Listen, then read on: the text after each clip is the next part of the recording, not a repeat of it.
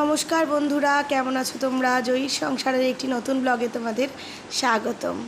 আশা করি তোমরা ভালো আছো, আমিও ভালো আছি। এখন রবিবারের সকালবেলা, আজকের ব্রেকফাস্টটা আর বানাইনি, আজকে একটু আউটসোর্স করে নিয়েছি। তাই এনেছি কচুরি আর তরকারি। আমি আনিনি, অভি নিয়ে এসেছে। তাই এখানে সবাইকে দিচ্ছি, আমি দিচ্ছি আর আমার ননদ বাটিটা ধরে আছে। তাই বাচ্চাগুলোকে আগে দিয়ে দেবো, তারপরে আমরা সবাই মিলে নেব। এক একদিন ইচ্ছাও করে একটু দেখবে বাইরের খাবার খেতে, রোজই তো একঘেয়ে খাওয়া হয় ঘরে। তো আমাদের কচুরি খাওয়ার পরে একটু গরম গরম চা বানানো হয়েছে, এখন সবাই মিলে খাচ্ছি আর একটু গল্প করছি। মা একটু দোকানের দিকে যাচ্ছে, এদিকে মেয়ে দুটোও বায়না ধরেছে যাবে। তাই রোদ উঠেছে এখন প্রচণ্ড, তো কদিন ধরে তো খুব বৃষ্টি হচ্ছিল, তা বলছিল নিয়ে যাব না। বললাম যাও, নিয়ে যাও, ওরাও তো ঘরের মধ্যে থাকে। তাই এখন ওদেরকে নিয়ে মা একটু বেরোলো। আমার নন্দাই এসে গেছে ননদকে নিয়ে যাওয়ার জন্য।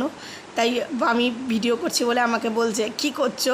ও ব্লগ করছো, আমাকে একটু ব্লগে দেখাও। তাই খাবার দিয়েছি বলে ওকে, ও আবার খাবারগুলো ক্যামেরায় একটা করে তুলে তুলে দেখাচ্ছে আর কথা বলছে। তাই আবার ননদ বলছে যে ও কথা বলে যাক, কিন্তু ওর ভয়েসটা কেটে দেবে, ওকে তো তোমার ভয়েসটা কিন্তু শোনা যাবে না। তাই এই সমস্ত নিয়ে হাসাহাসি চলছে। এরপরে ওরা রেডি হয়ে যাবে, রেডি হয়ে ওরা আবার বেরোবে। আকাশে মাঝে মাঝে মেঘ করছে, তো সেই জন্য একটু চিন্তা হচ্ছে। তাই বলা হচ্ছে যে আকাশটা একটু ক্লিয়ার হোক, তারপরে তোমরা বেরোবে। একটুখানি আগেই অনেকটা বৃষ্টি হয়ে গেল। আবার তাই শুনে দেখো পুচকেটার কি হাসি। আবার এর মধ্যে মাম্মামের শরীরটা একটু খারাপ হয়েছে, একটু জ্বর লাগছে।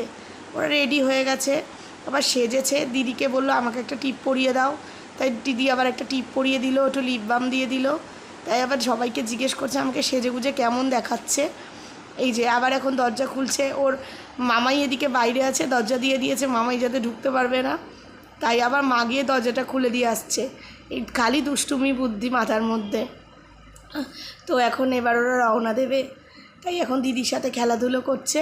আমার মেয়েকে ওর পিসিমণি আদর করছে। মেয়েরও মনটা খারাপ হয়ে গেছে, যেহেতু এই যে কদিন ধরে ছিল, দু একদিন বোনের সাথে খেলছিল। দেখো না, আমার ননদ আবার কান্নাকাটি শুরু করে দিয়েছে।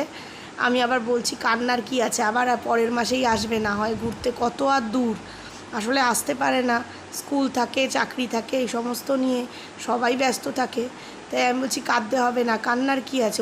আমার আবার কান্না দেখলে আমারও কান্না পেয়ে যায়। ওকে বলছি ঠিকই, কিন্তু আমারও মনটা খারাপ লাগছে।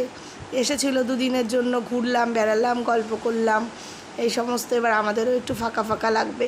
তাই আমার নন্দাই আবার বলছে এত বছর হয়ে গেছে এখনও তোমার কান্না আসছে বলে আবার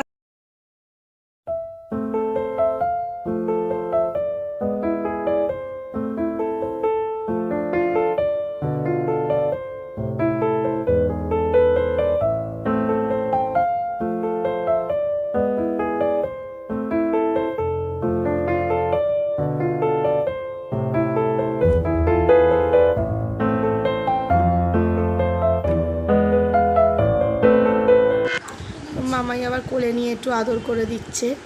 তাই আবার হাসছে, আবার মনটা খারাপ, তো বেশি বুঝতে দিচ্ছে না।